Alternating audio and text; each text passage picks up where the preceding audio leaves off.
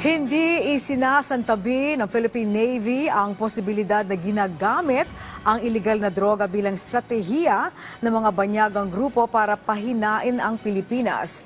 Hindi lamang sa seguridad kundi maging sa kinabukasan ng mga Pilipino. Ayon kay Rear Admiral Roy Vincent Trinidad, may posibilidad na nagmula ang mga na-recover na iligal na droga sa mga sindikatong may koneksyon sa China dahil na rin sa mga nakitang Chinese markings. Kaugnay nito, patuloy ang mahigpit na pagbabantay ng Maritime Forces ng Pilipinas sa karagatan kasabay ng tuloy-tuloy na kooperasyon sa international partners para maprotektahan ang soberenya at kaligtasan ng bansa.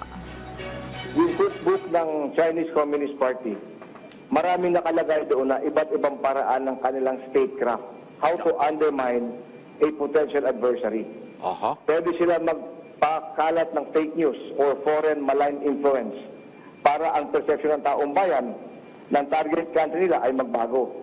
Pwede sirain yung kabataan, yung future ng bansang yon. Anong paraan?